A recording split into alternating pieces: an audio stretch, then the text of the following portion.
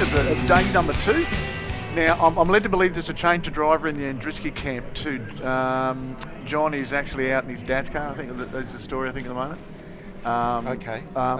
So he is in the 58 car, I think, is the story. So he'll be coming from the back. So number 4, Scott Andriski, is actually, I think, going to be in car 58. In the Shuttlewood car. Or 57, whatever the other Andriski car is. Well, that's 69. 69, but he'll be rear grid, but and that's but it is actually Scott Andriski in the 69 car. Makes sense? Because he'd actually blown his car up yesterday, and he's coming.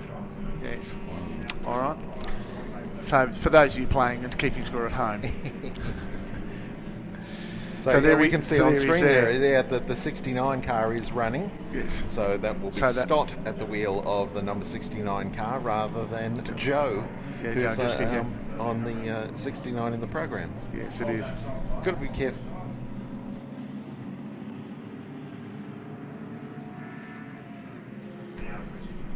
So, well, we now have the field on their formation lap.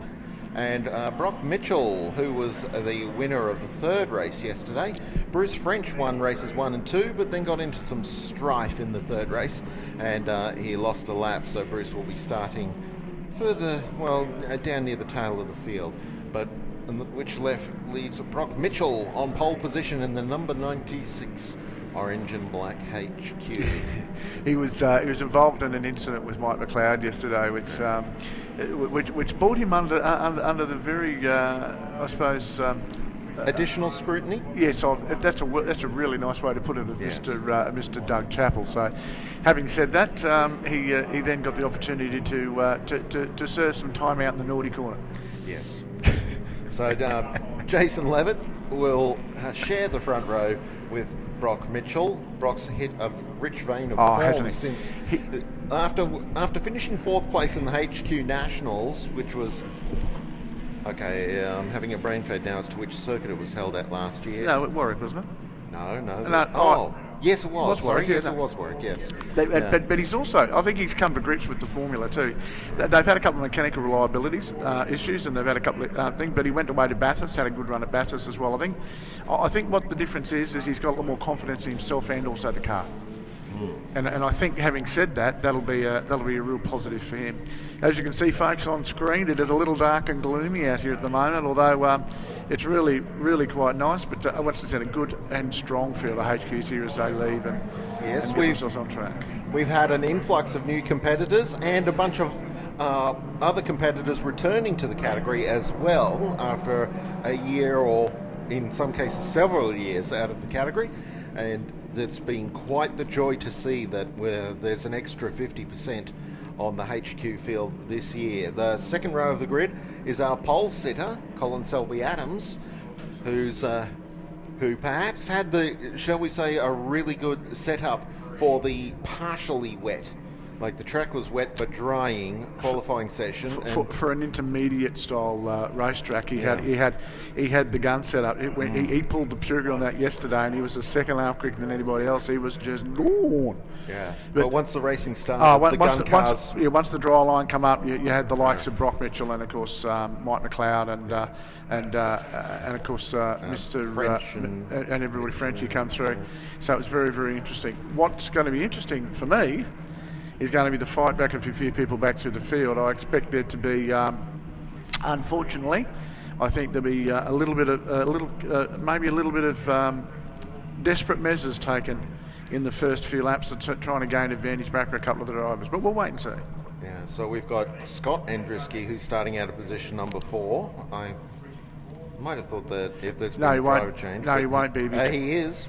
This number 69 car is sitting in grid 4 alongside Colin Selby-Adams at the moment.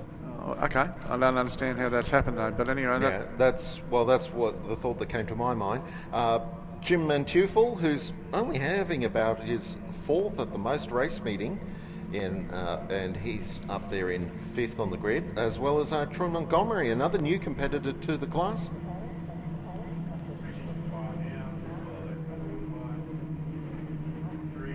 Yeah, that's calling the Queensland touring cars to the marshalling area. Bob's microphone's having a little bit of problems down there in the pits. Yeah, Queensland touring cars can make your way to the marshalling area. Well, here's your front row.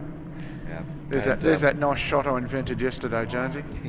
Mick McLeod's back in 7th position on the grid with Warren Wadley alongside him. Then we go back to Wayne Back and Noel Cunnington, Alan Shuttlewood and Mark Strachan. Bruce French, we'll watch him come through the field with interest. And Steve Tamati's car alongside is another quicker car that's further back in the pack. And then Brandon Madden and Jamie Finesse joins the field this morning after missing yesterday's racing. Yeah, interesting enough, I was watching him through the week and he's decided, it's too hard. I've got to come out sometime. He had something on yesterday, I don't know what that was, but he had something on. He'll be one of the cars to watch come through the field. All right, coming down to a green flag, Jones. Yeah, Brock Mitchell there in the centre of camera in the orange and black HQ, and alongside him the other Kingswood there of Jason Levitt in that black and white 76 car. We're about to get going.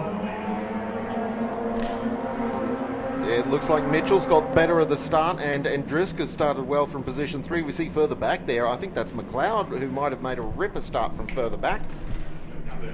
We watch the field run in between turns 1 and 2. Yes, we've got a bit of an issue with our cameras at the moment too, by the way, guys. Just look at our monitors, otherwise, Jonesy, we've got a problem with the switcher. It's decided to have a bit of a coronary, and that gives us a problem. Yeah. So we'll now we're going to be doing this by all the watching at home. You got nothing. We'll tell you what's going on. Camera 4 picking up the action here as they run down towards turn 3, and well, it's 3 abreast down there under brakes, but Selby Adams it is who's moved into the lead, so he's gone through turns 1 and 2 very smartly indeed in the number 11 car. As we watch the field descend on turn 5. Turn 4 I should say, as the field whizzes past in front there. So Selby Adams leads from Mitchell.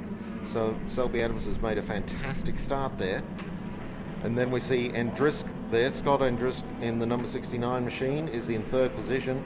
He's having a tremendous run. He is. He's having a crack at it. In fact, the car's fairly foreign to him. I suppose they're all. I hate to say this, but they all are similar. But every single HQ has a different characteristic. I can tell you.